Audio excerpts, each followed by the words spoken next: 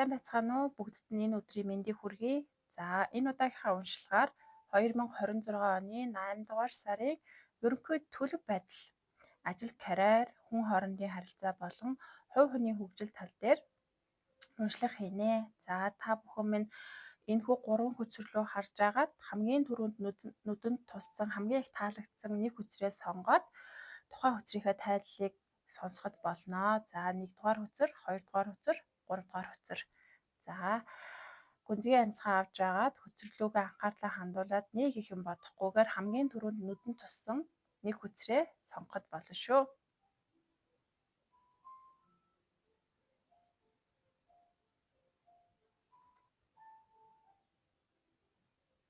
За, 1-р группийнхан маань уншлагатаа тавтай морил. За, 1-р группийг сонгосон хүмүүсийн минь хувьд бол итгэл найдвараа алдаж болохгүй сар ирж байна. Юу ч болж ийсэн ямар ч нөхцөл байдал байлаа гэсэн хизээч итгэл найдвараа алдаж болохгүй сар гэж байна. За, тэгээд 8 дугаар сарыг ерөнхийд нь эхний 10 хоног, дунд 10 хоног, сүүлийн 10 хоног гээд 3 хэсэг хуваагаад ерөнхий сарынхын төлөвийг уншихаар боллоо. За, эхний 10 хоногт бол ямар нэгэн байдлаар та бүхэнд ийм шин санаа гэх юм уу, шин юм эхлэх гэх юм уу, тиймэрхүү зүйлс бол тохиолдохгүй. Харин эсэргээрээ урд байсан зүйлсийн шарах сэтрэх гэх юм уу, өмнө нь бүр ингээд тогтмол хөвшил олчихсан засгаа засч чадахгүй байгаа зүйлс бүр илүү ихээр та бүхнийг сорих гэх юу тийм нөхцөл байдлууд тулгарнаа. За, тэгээд энэ үед яах ёстой вэ гэхээр эхний 10 хоног бол угаасаа та ерөөсөө шин юм эхлэх гэж яарах 10 хоног биш.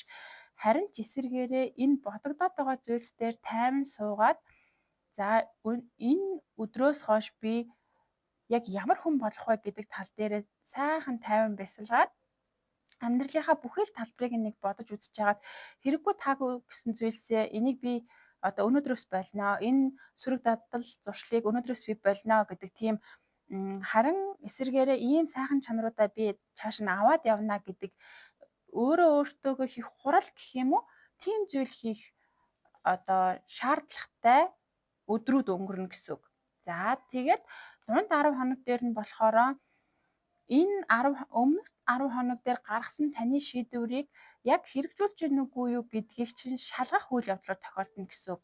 За, жишээ нь та ингээл хүүхдүүдтэй юм л бол ууралдаг, стрессддэг, юм асуухаар нь тайван хариулж чаддаггүй байлаа гэж бодоход та эхний 10 хоног дээр за би ер нь хүүхдүүдэд их зөөлөн ханддаг болёо. Би ингээ ер нь хүүхдэд би ингээ зөөлөн ханддаг болъё гэж шийдвэр гаргацсан байхад дунд 10 хоног дээр нь хүүхдүүд чинь бүр их таны төвчээрийг барах, гадны хүмүүс таны стрессийг бүр их хүргэх тийм үйл явдлууд тохиолдно гэж гарч ирж байна. Тэгээд энэ дээр та өөртөө амласнараа байж чадахгүй юу гэдэг нэг бодлын сорилт гэх юм уу тийм ээ. За, энийг амар хүн дээр битгий хүлээж аваарай. Ерөөсөө зүгээр жижигхэн дадал зуршлууд байж болно. Тийм учраас учиргүй хүн дээр хүлээж авч айх хэрэггүй. За, тэгээд сүүлийн 10 хоног дээр болохоор яг энэ эхний 20 хоногт байсан зүйлийнхээ үржил шимийг хүртэнэ гэсэн үг.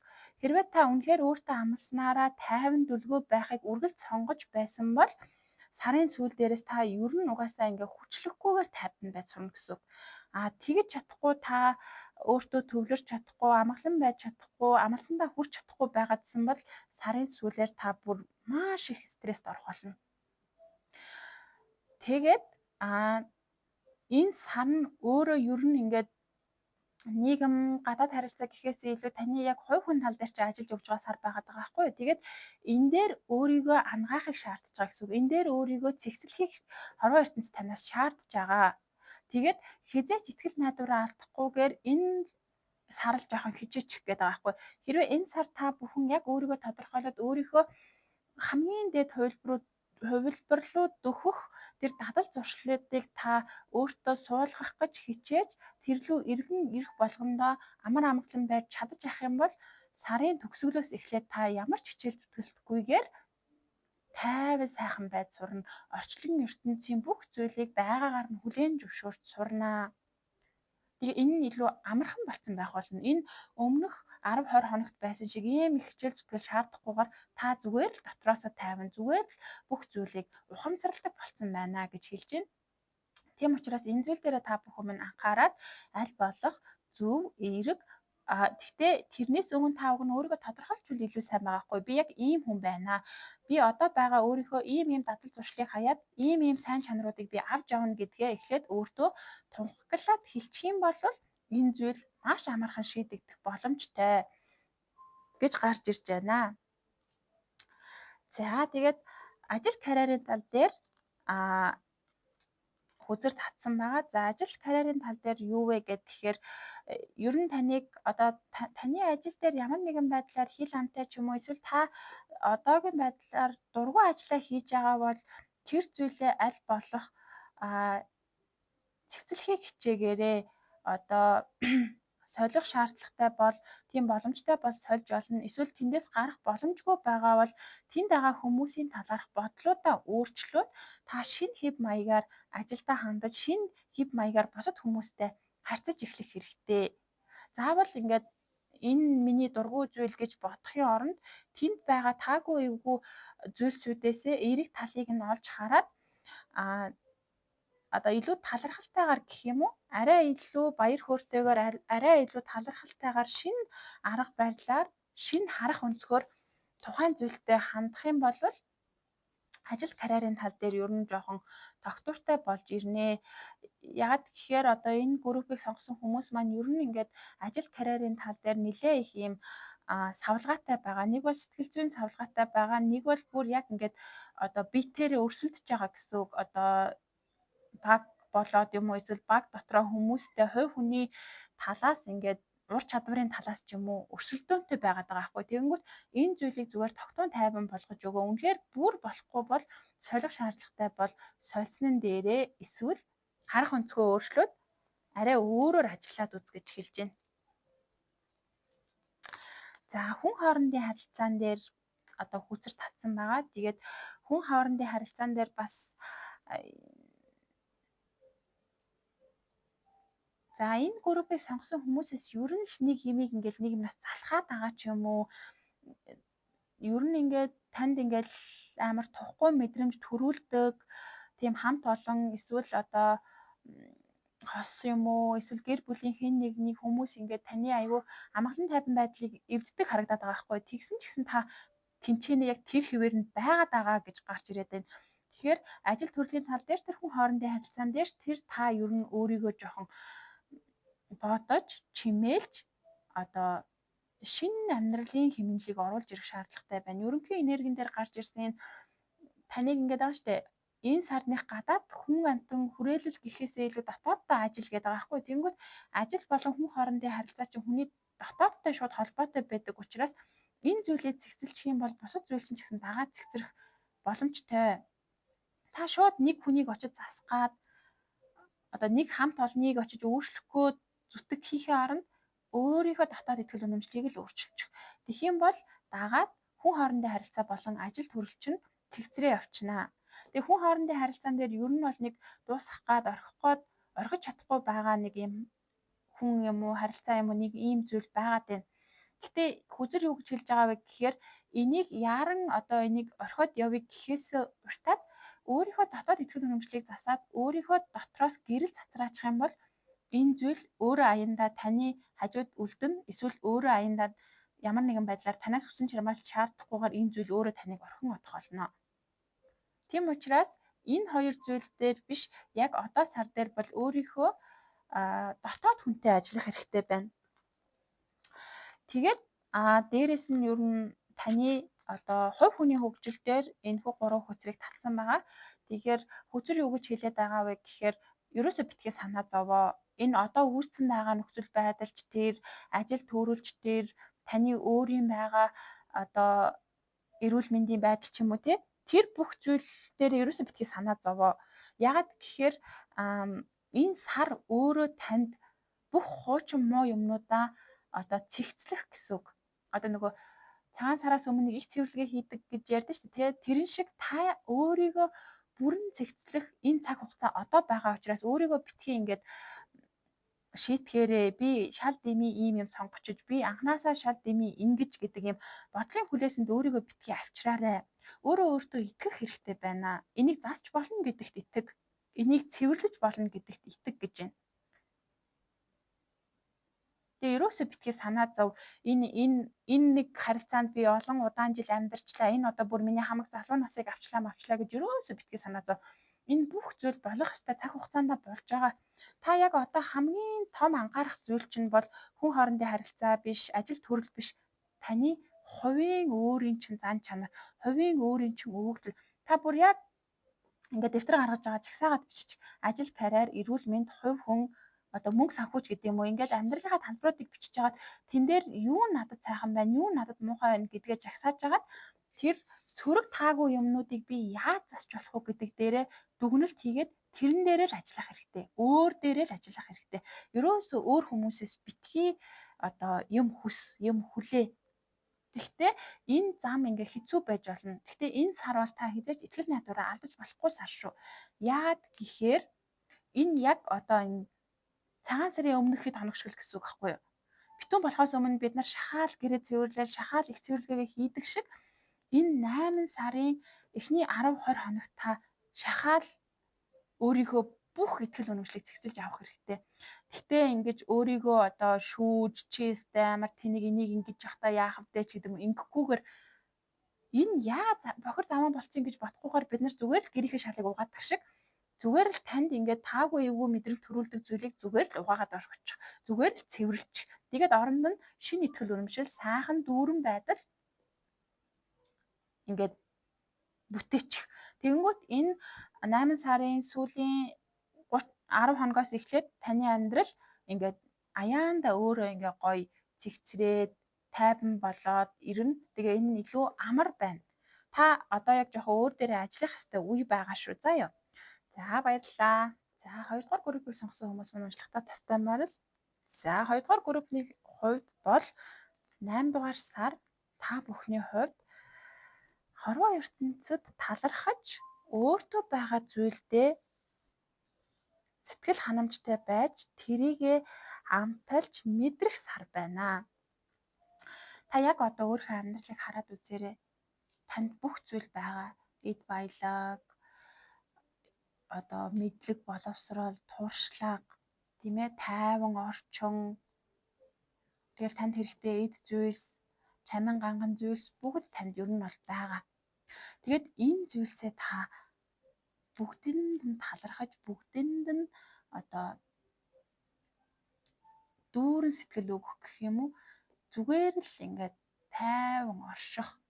Ахиж илүү юу ч хүсэхгүйгээр зүгээр энэ 8 дугаар сард ингээд танд байгаа зүйл болон танд ирж байгаа зүйлсийг бүгдийг нь ингэж хөөртөж, амталж, мэдэрч өнгөрөх сар гэж байна. Та тэгээ өөрөөсөө асуугаад үзээрэй. Ер нь та өөртөө хэр их сэтгэл хангалуун байдаг вэ амьдралдаа? За энэ дээр зөвхөн амьдрал одоо идэж уух, өмсөж зүүх гэхээсээ илүү та өөрийгөө хувь хүнийгээ та хэр их хайрладаг вэ? Хэр их өөртөө зөөлөн ханддаг вэ зэрэг дээрээ та ер нь жоохон бодоод үзэх хэрэгтэй. За тэгээ 8 дугаар сараа ерөнхийд нь эхний 10 хоног, дунд 10 хоног, сүүлийн 10 хоног гээд 10 хоногоор ерөнхий төлөв байдлын хүзэр татсан байгаа. За эхний 10 хоног дээр бол та ер нь бол жоох юм логик сэтгэлгээндээ ер нь жоохон бууж өгөх гээд байх тал юм. Тэгээ яагаад ингэж байгаа вэ гэхээр та өөртөө байгаа зүйлсүүдээ үнэлэхгүй байгаатай холбоотой гэж байна. Өөртөө байгаа зүйлсээ үнэлж сурахыг энэ сар танаас шаардж байна. Нэг зүйл авчаад тэрэндээ сэтгэл хандаггүй дараагийнх нь гоё юм руу нүдэн ундаг. Тэрийг авдаг байж дээ тэр илүү гоё юм байсан юм биш үү энэ гэж боддог байх магадлалтай. Хэрвээ тийм бол тэр бодлыг болоорой. Танд байгаа юм бүхэнд талархаж сурах хэрэгтэй. Тэгж чадах юм бол 8 дугаар сарын дунд 10 хоногоос эхлээд та үнэхээр хайрыг мэдрэх болно.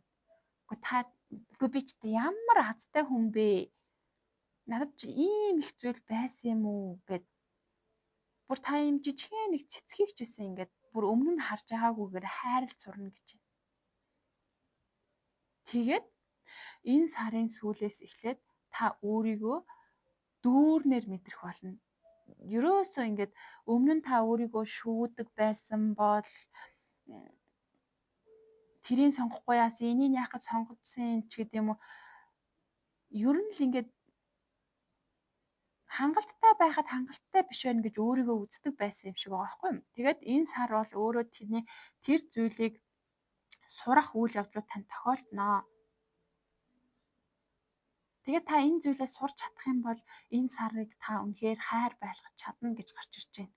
Энэ сорилт нь эхний 10 хоног дээр л гарч ирнэ. Үнэхээр одоо за хүн болгоны амьдралд өөр өөр байгаа. Жишээ нь та нэг ийм өөртөө нэг ийм цамц худалдаж авлаа гэж бодъё. Тэгэнгүүт аваад дэлгүүрээс аваад гэртээ очисон чил нэг арай сонин цамц авсан юм шиг санагдаад хажууд нь байсан гоё юм цамцыг авчаар байсан юм шиг санагдаал. Иймэрхүү таныг ингээд тэр үед та юу гэж бодох вэ гэхээр үгүй ийм гоё цамцыг энэ надад үнэхээр гоё зохиж байна.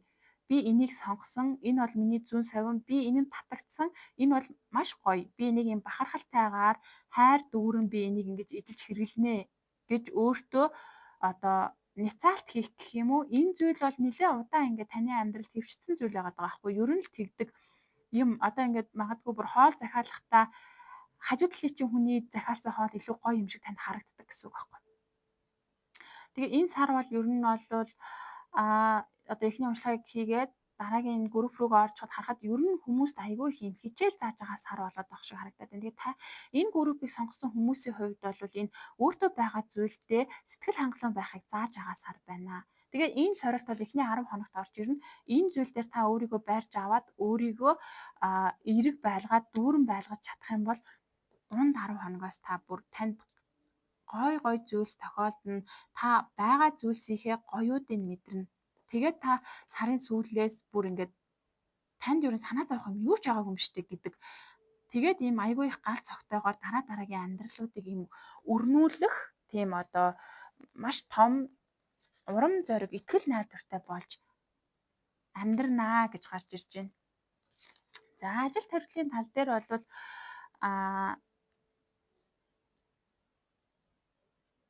танд ингээд одоо шинэ юм эхлүүлэх гэхээр хайгаад байгаа айдас байгаа юм шиг байна. Тэгээд одоо байгаа хийж байгаа зүйлээсээ авж байгаа нөгөө цалингаа угаасаа нөгөө энергиэрээ та ингээд голж байгаа шүү дээ тий. Ер нь би ингээд хангалттай амьдрахгүй байгаа. Миний энэ ажил надад хангалттай өгөхгүй байгаа гэж бодоод байгаа хэрнээ шинэ зүйл эхлүүлэх зориггүй байгаа гэдэг байгаа байхгүй юу? Тэгээд энэ зүйлийг ер нь бол жоохон таслан зогсоох хэрэгтэй гэж гарч ирж байна.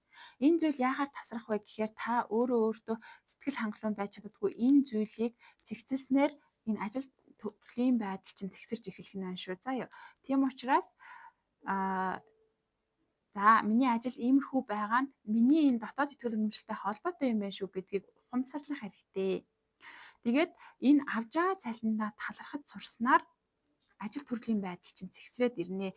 Яаж ч болохгүй энэ гэхдээ нэг засах ёстой зүйл ажил дээр чинь байгаад байна. Энэ таны итгэл үнэмшлээс гадна ахаад таныг ингээд нэг стресстүүлдэг ч юм уу, стресстүүлдэг одоо ажлын хамт олон ч юм уу, эсвэл амар загиндаг дарах ч юм уу, юу ч гэж болно таны амьдралд яаж өргөж байна.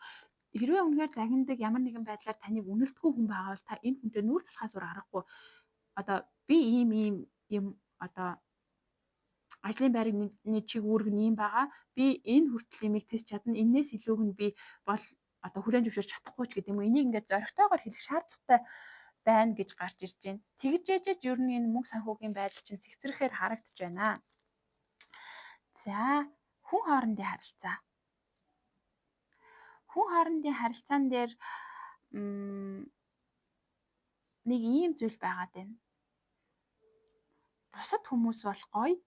Бусад хүмүүс бол чадвартай, надаас бусд нь бол сайхан, надаас бусд нь бол гоё байж чаддаг, би чадахгүй байна гэдэг ийм нэг харьцуулалт гэх юм уу. Тэгээд та бүхэн маань анзаарч байгаа бол энэ бүх зүйл чил ерөөсөө энэ зүйлтэй ч л холбоотой. Нөгөө юмаа үнэлж чаддаггүй, мэдэрч чаддаггүйтэй ч л холбоотой энэ зүйлс урган яваад байгаа байхгүй юу? Тэгэхээр энэ зүйлийг засч ээж л эднэр цэгцэрнэ гэсэн үг. Гэтэ та ер нь шууд тэхэ болох хэрэгтэй. Бусад хүмүүс ч гэсэн асуудалтай, бусад хүмүүс ч гэсэн дотроо ямар нэгэн шаналл, гомдол, өнгөрсний ямар нэгэн шарахтай л явж байгаа. Тэд нар гаднаа л харагддаггүй болохоос бүх хүмүүс дотроо яг ижилхэн зүйлсийг мэдэрч явдаг байхгүй юу? Та ганцаараа харчаагүй бүтлгүүдээ та ийм урам зориггүй ийм яваад байгаа биш гэдгийг ухаарах хэрэгтэй. Энийг бүр яаж ч болохгүй засах хэрэгтэй. Тэгжээж та азийнхаа хөлдийг эргүүлэх гээд байна. Айгүй юм гутраан, өөртөө итгэлгүй гэх юм уу? Тийм байгаад байна. Энийг одоо тэртээс энэ сар өөрөө хүмүүсийг айгүй их сургах сар гарч ирж байгаа учраас эхний 10 хоног дээр тань дээр айгүй их шалгалтууд орж ирнэ. Энэ дээр та өөрийгөө сонгох хэрэгтэй. Би ингэмээр байна. Надад ийм юм байгаа. Би энийг чадна гэж ийм итгэл дүүрэн өөртөө тунхаглан хэлэх хэрэгтэй. Өөрийнхөө дотоод мөн чанарыг сэрэх хэрэгтэй. Өөрийнхөө мөн чанарыг за бусдад заавал баталж харуулдаггүй маа гэхэд өөрөө өөртөө итгэлтэй байж сурах хэрэгтэй шүү. За тэгээд хувь хүний хөгжлийн талаар бас нэмэлт 3 хөзөр татсан байгаа. Энэ зүйл дээр бол таныг шууд утгаараа бясалгал хийгээрэй гэж хэлж байна. Энэ цар дээр ер нь бясалгал хийгээрэй. Оюун бодлоо цэгцлээрэй. За хараарай. Оюун бодол бол нэлээд за асуудалтай гэж хэлэх нь хаашаа юм. Гэхдээ нэлээд сүрэг байна. Юмны дандаа болохгүйг нь хараад байна. Энэ зүйл дээр ерөөсөө маш сайн ажиллаж өгөх хэрэгтэй. Энийг л сур энэ сар өөр юмн дээр битгий анхаарал хандуул. Тэгээд орхих ёстой зүйлсүүдийг орхиж сур. Танд хэрэггүй дадал зуршил, танд хэрэггүй бодол, таныг доош нь татдаг ямар нэгэн сөрөг итгэл үнэмшил ч юм уу, эсвэл ямар нэгэн одоо магадгүй ажлын хамт олнууд чинь ингээд за 5 дахь өдрийн орой бүгдээрээ гарыг гингүү та өөрөө гармааргүйсэн ч гэсэн дагаж гараад байдаг байж болно шүү дээ, тэ? Тэгвэл тэрийгэ болгох хэрэгтэй. Өөрийнхөө үн цэнийг өөрөө та тодорхойлох хэрэгтэй. Тэгээ энийг заавал ингээд хэрүүл уруул хийгээд ч юм уу эсвэл үгүй би ингэн чи тэгнэ гэхийн оронд зүгээр ивэр эвтэхнэр бусад хүмүүсийн уурыг хүргэхгүй өөрийгөө хохироохгүйгээр юмыг эвдүүгээр одоо өөрийнхөө хэл хязгаарыг тогтоож сурах хэрэгтэй. Та өөрийнхөө хүчийг эргүүлэн авах хэрэгтэй. Хүч гэдгээр би ямар нэгэн хэрүүл тэмцэл, муухарлалт хэн нэгэн хүнд өөрийгөө батлах гэж хичээд зүтгэхийг хэлээгүй. Хүч гэдгээр би тухайн хүний өөрөө өөрийнхөө мөн чанарыг өөрөө өөртөө батлах, заавал бусдад харуулах албагүй. Энэ 5 дахь өдөр ажлынхан чинь гарыг гэхэд та гармааргүй бол эвээрхэн хилээд очихгүйгээр гэртээ сайхан буудан дээр нүүрэндээ маска тавиад сууж ямаар байна уу? Тэгвэл тэрийг л хий. Тэгээд тэр нь хинт хамаатай юм гэхээр бусад хүмүүст би өстэй өгүүгээ хэлсэн мундаг шүү гэж бусад хүмүүст батлахгүй. Зүгээр л та өөрөө тэнд тайван байна. Хинч энэний үр дүнг өөр хинч хүртэхгүй та хүртэж байгаа учраас хиндэж баталж матлах хэрэггүй. Гэхдээ өөрийнхөө бай. За ийм сар болж байна. Энэ сар дээр бол яа харахгүй энэ өөртөө байгаа зүйлс дээр талархаж сурах, өөрийгөө үнэлж сурах энэ зүйлийг заашгүй сурах шаардлагатай шүү. Тэгээд энэ зүйлийг сурчих юм бол та бүхний бусад амьдралын талбарууд чинь зүгээр үргэс авсан юм шиг л сайхан болчихно. За тэгээд энэ хүртэл мэрэгтэйгээ байсан та бүхэндээ маш их баярлалаа. Бүгдэнд нь амжилт хүсье. За 3 дугаар группыг сонгосон хүмүүс маань урьдчилан таттай морил. За энэ сар бол та бүхний маань хувьд юмсыг одоо баг багаар нэгтгэж энэ тэндээс олж ирж цуглуулах тийм сар болж байна. За энэ нь юу гэсэн үг вэ гэхээр та ер нь өөрийнхөө итгэл үнэмшлүүдийг нэг эргээд харах цаг нь болсон байна. Та мөнгийг юу гэж боддгийг, та хайрыг юу гэж боддгийг, та ер нь өөрөө яг хэн юм гэдгээ ингээ асуух сар болчихж байгаа байхгүй. Тэгээд тэр ингээд төрөл төрлөөр нь асуугаад энэ тэндээс та тэрнийхээ хариултыг олж ирээд та бүтэн болох сар байна. За тэгээд 8 дугаар сараа ерөнхийд нь эхний 10 хоног, дунд 10 хоног, сүүлийн 10 хоног гээд ингээд 3 хөзөр төлөвлөлж татсан байгаа. За эхний 10 хоног дээр бол та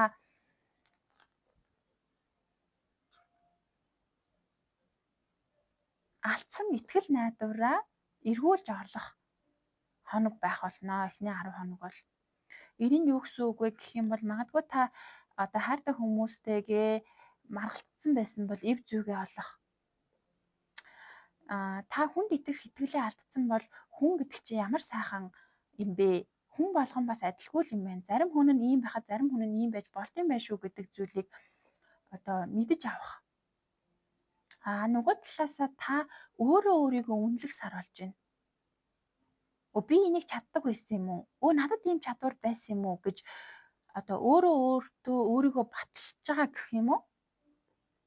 Ер нь тэгээд та бол хүнд итгэх итгэл болон өөртөө итгэх итгэлээ нэлээд алдчихсан яваад байсан байна. Тэгээд нөгөө энэ ерөнхий сар маань ингээд сарын төлөв маань бол ингээд юмсыг ингээд эвлүүлэх, эвдэрсэн байсан зүйлсийг эвлүүлэх гэх юм уу? Ийм сар болж байгаа учраас эхний 10 хоногт бол энэ үйл явдлуудын одоо эхлэн тавигдана гэсэн үг. Бүр одоо яа харахгүй ингээд жоохон хүндэрсэн харилцаа байсан бол буцаад одоо эвлэрэх ямар нэгэн зүйлсүүдийн одоо учир утгыг олж тэгээд тэрийг одоо яг чин үнэнийг олж харж байгаа гэх юм уу? Би буруу бодсон байсан байна. Ийм учиртай байсан байна гэдгээ ухаарч байгаа ийм 10 хоног болно. За илүү сүнслэг талаас нь ярих юм бол та яг өөрийгөө юунд дуртайгаа мэддгүй байсан бол эхний 10 хоног дээр та мэдж авах болно гэсэн үг. Нэг гой хүний юм хийж ярьсан. Би нэр хүүхэд ахтай юм хүсдэг байсан шүү дээ. Аль нэг туршаад үзье гэд тэрийг нь хийсэн чинь үнэхээр таны сүнсийг баярлуулад тэрнээс хойш та дандаа тэрийг хийдэг болох гэх юм уу? Гэх мэтчлэн ингээ хүн болгоны амьдрал дээр өөр өөр жишээгээр илэрнэ. Ийм 10 хоног байх болно. За дунд 10 хоног нь бол та өөрийнхөө сэтгэл зүйг яг юу хийхээр баярлдаг вэ гэдгээ мэдэх 10 хоног болно. За тэгээд энэ зүйл нь бол яг хүн болгон заавал мэднэ гэсэн үг биш. Зүгээр яг хорвоо ертөнцөөс тийм ивэл өгнө гэсэн үг. Одоо чи ийм юм хийхээр баярлдаг шүү гэдгийг чинь зааж өгөх гээд хорвоо ертөнцөөс үйл явдал явуулахад та соргог мэдрэмжтэй байж чадах юм бол та өөрийнхөө хоббиг олж чадна гэсэн үг. Та хэрвээ энэ нөгөө нэг өөртөө итгэх итгэл буюу бусдад итгэх итгэлээ олж чадахгүй хүний хайрыг одоо харж чадахгүй хэвээрээ байх юм бол дунд 10 хоног дээр танд ингээл хүмүүс ингээд одоо тийм штэ угаасаа л хүмүүс чи юм байдаг штэ мэдээ үзэл угаасаа л хүмүүст итгэж болохгүй штэ ч гэдэг юм уу тий. Иймэрхүү одоо шинж тэмдгүүд гэх юм уу илэрнэ гэх юм уу. Тэгэхээр ер нь бол энэ сар өөрөө танд юуг заах гээд байгаа вэ гэхээр хүнд болон өөртөө итгэлийг заах гээд байгаа шүү. Тэгэхээр танд тохиолдож байгаа өдөр тутам тохиолдож байгаа үйл явдлууд болон танд төрж байгаа сэтгэл санаагаа анзаараад та тэндээс юуг барьж авах хэрэгтэй вэ гэхээр хүнд итгэх, өөртөө итгэх юмны мөн чанарыг олж харах. Гэтэ энийг нэг яг ийм бүх юм сайхан байх хэрэгтэй гэж хүлээж авч болохгүй. Бас сайн юм шиг хэрнээ муу зүйл байгаа шүү гэдгийг үнэнийг л олж харах хэрэгтэй гэсэн үг байхгүй. За тэгээ 2 дугаар 10 хоног дээр энийгээ сурчиж чадах юм бол энэ сарын сүүлээс эхлээд таны гал зогчин маш их эрчимтэй хурдтайгаар өсөх болно. Миний харж байгаагаар бол итгэл үнэмшлээ алдаад тэрийгэ дагаад урам зориг ямар нэгэн ямыг хийх тийм урам зориг итгэл үнэмшилчин мохцсон байгаад харагдаж байгаа байхгүй. Тэгээ эхний 10 20 хоног дээр энийгээ ухамсарлаад итгэл үнэмшлээ хүлээн зөвшөөрөөд одоо өөрөө өөрийнхөө үнэнтэй нүүр тулж чадах юм бол таны нөгөө алдсан байсан урам зориг ирч хүч одоо юмыг хийж бүтээх айгүй ингээд юм шаргуу хүчтэй тэрийг тэгчи энийг чингчи гэдэг юм гал цогчоо эргэн орж ирнэ гэж хэлж байна. Магадгүй өмнө нь хүүхэд байхдаа ч юм уу айгүй их юм урам зоригтой юмыг ингээд бүтээгээл шинээр зохион бүтээдэг ч юм уу тиймэрхүү хүүхдүүд байж байгаад хизэнээс ч юмдээ мэдхгүй хэн нэгэн хүн таны итгэлийг алдсан үеэс эхлээд тэрийг тэр чигээрээ тэр амьдралын одоо амьдрал угаасаа л юм байна хүн болгоо юм байна гэж боцонтой холбоотой энэ зүйлс чи ингээд эвдэрсэн байгаа байхгүй. Тэгээ энэ сар дээр таныг энтрийгээ ингээд эвлүүлээ буцаага бүтэн болгоо. Тэгээ энэ зүйл дээр чи хорвоо ертөнцийн ингээд аль болох юм ивэлүүдийг өгнөө чамд аль болох сайн сайхан зүйлийг харуулнаа. дандаа сайн хүмүүсийг явуулнаа. Тийм учраас энэ зүйл дээр чи өөрөө нээлттэй байгаад энийг ингээ бүтэн болгоод аваарай. Тэгэх юм бол чиний алдсан урам зориг нь маш хурдан эргэж ирэх болно шүү гэж хэлж байна шүү. За ажил төрлийн тал дээр хүзэр татсан. За ажил төрлийн тал дээр бол ер нь та нэг ажлаа нэг сайн бодоод үзээрэй. Энэ ажлаа би яг өөрийнхөө одоо дотоод галаар дотоод ийм урам зоригоор хийж гэнэ үү? Би бусдын үгээр яваад байна уу гэдгийг харах хэрэгтэй. Тэгээ бусдын үгээр яваад байгаа тохиолдолд хийж байгаа зүйлээсээ ер нь одоо үржил шим хүртэхгүй шүү дээ. Яагаад гэвэл тэр таны бодол биш бусад хүмүүсийн бодлоор хийж байгаа учраас үржил шимийг нь та өөрөө хүртэж чадахгүй яваад байгаа гэсэн үг. Тэгээ яг тэр ажлаа одоо ингээ болмол гэхээсээ илүү зүгээр хийж байгаа ажлаа өөрөө одоо сэтгэл зүрхээ зориулаад яг чин үнэнчээр хийгээд үзвэл энэ зүйлээсээ үржил шимээ авна шүү гэж хэлээд байна. Одоо ингээ юу ч хийж байлаа гэсэн таны сэтгэл зүрх оюун бодол гэдэг зүйл тэр ажилд чинь тусгагдаж байх хэрэгтэй байхгүй юу? Мэдээж дээрээ удирдлагатай хүний ингээд одоо үгээр хийж байгаа ч гэсэн тэр ажлын гүйцэтгэл дээр таны яг өөрийн чинь бодол, өөрийн чинь зүрх сэтгэл бас байж байна гэмээр тэрнээс хүртэж байгаа мөнгө санхүү болон тэндээс авч байгаа сэтгэл ханамж чинь танд баяр баясгалыг өгөх ёстой юм шүү. Тэгээ энэ зүйл бол яах ч аргагүй нөгөө нэг хүнд итгэдэггүй, бусдад итгэдэггүй энэ нөгөө эвдэрсэн итгэл үнэмшилтэй холбоотой байгаа л да. Ягаад гэхээр хүний ерөнхий энерги ямар байна, амьдралынх нь бусад талбарууд бүгдэнд нь нөлөөлж идэг. Гэхдээ энэ зүйлийг нэг бодоод үзэхэд бол гэмгүй. За хүн хоорондын харилцаан дээр болвол таныг биш дээ. За эрэгтэй хүнд итгэх итгэл дээр нэг шат дэшээ ахнаа гэж гарч ирж байна. За эрэгтэй хүнийг ер нь одоо за мэдгүй надад бол орж ирж байгаа нь би хаа нүур царай эд баялаг хийсэн бүтээсэн зүйлээр нь жоохон үнэлээд байна уу юу? Тэр хүнд чинь бас нэг харах өнцөг амьдралын одоо ийм одоо юу гэж хэлдэг вүлээ тэрийг үзэл бодол гэдэг нэг зүйл байгаа. Тэр зүйлийг нь харах хэрэгтэй гэж хэлээд байна. Тэгэхээр нөгөө эрэгтэй хүнийг биш дээ одоо ингээ бүтэн тойруулж эргүүлж харж чадахгүй яг нэг талаар нь дүгнээд яваад байгаа гэсэн үг байхгүй юу? Тэгэхээр яг таны бодож байгаагаас бас арай өөр шүү. Эрэгтэй хүн гэдэг чинь үзэл бодлын хувьд ч юм уу тий зан аашийн хувьд ч юм уу тэр одоо таны өөрөө чи харилцаж байгаа хүн байлаа гэж бодоход яг хосоо нэг арай өөр өнцгөөс хараад яваад байна уу юу гэдгээ таныг бодож үзгээд байгаа байхгүй юу? Тэгээд тэнээр яг ингээд чин үнэнчээр бодоод ингээ хараад үзэхэд та нөгөө хүнээ одоо байгаагаас нь арай доогуур үнэлсэн байсан. Хэрвээ та энийг ингээ ботоор нь үнэлж чадах юм бол танд дүүрэн байдлыг өгөх гээд байна. Та яг тэр хүний дэргэд байхдаа ингээд бүтэн дүүрэн одоо байх тэр мэдрэмжийг өгнө. Яг одоо бол жоохон өөрөө энэ итгэл хүлээлгэж чадахгүй байгаатайгаа холбоотой жоохон хостой хүн бол хосынхаа хажууд жоохон айдас түгшүүр ч юм уу. За айдас түгшүүр биш юм а гэхэд нэг л тайван яг дураараа байж чаддгүй. Эсвэл одоо хосгүй ганц бие хүмүүс байлаа гэвэл эрэгтэй хүмүүс ер нь нэг итгэл хүлээлгэж чаддгүй. За эдгээр ингээ худлаа нөгөө чихэн дээр цэцэг ургуулж байгаа байлгүй дээ гэх тэр хүмүүсийн сэтгэлийг хүлээж авахдаа та өөртөө нөгөө хан босгоод идэг гэсэн үг аахгүй юу. Тэгээд энэ дээр яг хувь хүн тал одоо хүн хоорондын харилцаан дээр энэ сар дээр бол ингээд таныг арай өөрөөр харах тийм нөхцөл байдлуудыг тань руу илгээж гин. Тэгээд та энийг өөрөө харж чадах юм бол эрэгтэй хүн гэдэг чинь таны боддгоос бас арай өөр шүү гэдгийг мэдэж авнаа гэж хэлж байна. За тэгээд дээрэс нь хувь хүний хөгжлийн талаар одоо 3 хөтөр татсан байгаа. За тэгэхээр хувь хүний хөгжлийн тал дээр болвол юу гэж хэлж байгаа вэ гэхээр та ер нь өөртөө итгэх итгэл үнэмшлээ битгий алдаарай. За энэ энергийг одоо хэлэх юм бол хувь хүний хөгжлийн талаар айгүй их ном уншдаг. Тэгээд айгүй их ингээл мэдээлэл сонсдог. За хувь хүн талаасаач тэр илүү сүнслэг тал руугаа илүү их ингээд юмнуудыг уншдаг, судалдаг та өөрөө тэгчээд тэрийнхээ үржил шимийг яг нэг битээрээ ингээд мэдэрч чадахгүй байгаа гэх юм уу? Тэр мэдэрч чадахгүй байгаа юм нь юу вэ гэхээр нөгөө итгэл үнэмшлээ бүрэн олж аваагүйтэй ч л холбоотой байхгүй юу?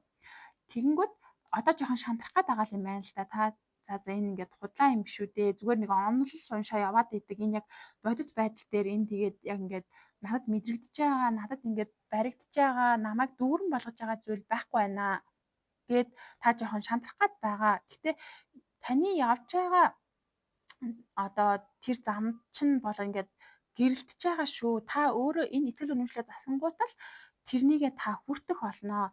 Одоо та буугаад өгчих юм бол та энэ хүртэл хичээсэн хичээл зүтгэлийнхээ үржил чимээ хүртэж чадахгүй болчих гээд байна.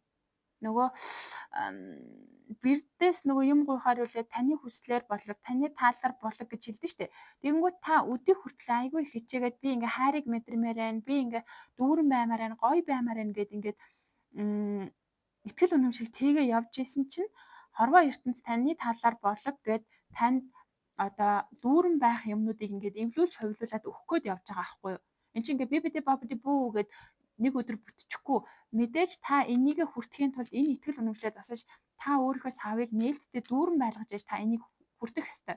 Тэгээд хорвоо ертөнц танд ивэлээ өгөх гээд энэ хүнд итгэх итгэл дээр чи энэ сард ажиллаад таныг бүтэн болгох гээд байна. Бүтэн болгоод таны итгэлийг засаад та тэр нөгөө хүсэж байгаа хайр дурлал дүүрэн байдлаа яг авах гэж байгаа байхгүй юу? Ингээд одоо нэг алхам дутуу байгаа гэх юм уу? Тэгэнгүүт та яг одоо шантраад за энэ худлаа юм байна болиг гингүүт хорвоо ертөнц юу гэж хэлэх вэ гэхээр таны талаар болог нөгөө бүтээх гэсэн юм а буцаагаад авчин гэсэн. Тэгэж болохгүй гэж сануулж байна. Одоо ийм нэг жоохон л зайвуулсан. Энэ итгэл үнэмшилтэйгээ итгэл үнэмшлээ тэгээд энэ зүйл дээрээ жоохон ажиллацгаа. Тэгэх юм бол тэгээ бүх зүйл болноо.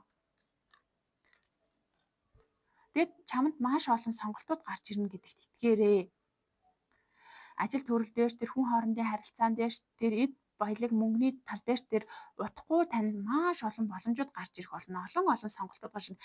Гэхдээ энэ дэр нэг зүйлийг санах юм сонголт болгон сайхан гэсэн сонголт болгон зөв дүүрэн гэсэн үг биш. Энэ дотор чинь сайнтай саартай олон сонголтууд явж байгаа. Гэхдээ та энэ итгэл үнэмшил гэдэг зүйлээ засаад итгэл найдвараа алдахгүй явж чадах юм бол та тэр олон сонголтноос хамгийн сайхныг нь та зүгээр төвөггүй цүн совингоороо сонгочих чадна шүү гэж хэлж байна. Итгэл үнэмшлээ ерөөсөө битгий алдаарай. Өөртөө итгээрэй. Бусад хүмүүст бас итгээрэй. Утгагүй та бүрэн дүүрэн болно гэдэгтээ итгээрэй гэж хэлж байна. За ингээд өнөөдрийнхөө мэрэгтэй байсан та бүхэндээ чин сэтгэлээсээ баярлалаа. Бүгдэнд нь тус нэмэр болж чадсан байх гэдэгт найдаж байна.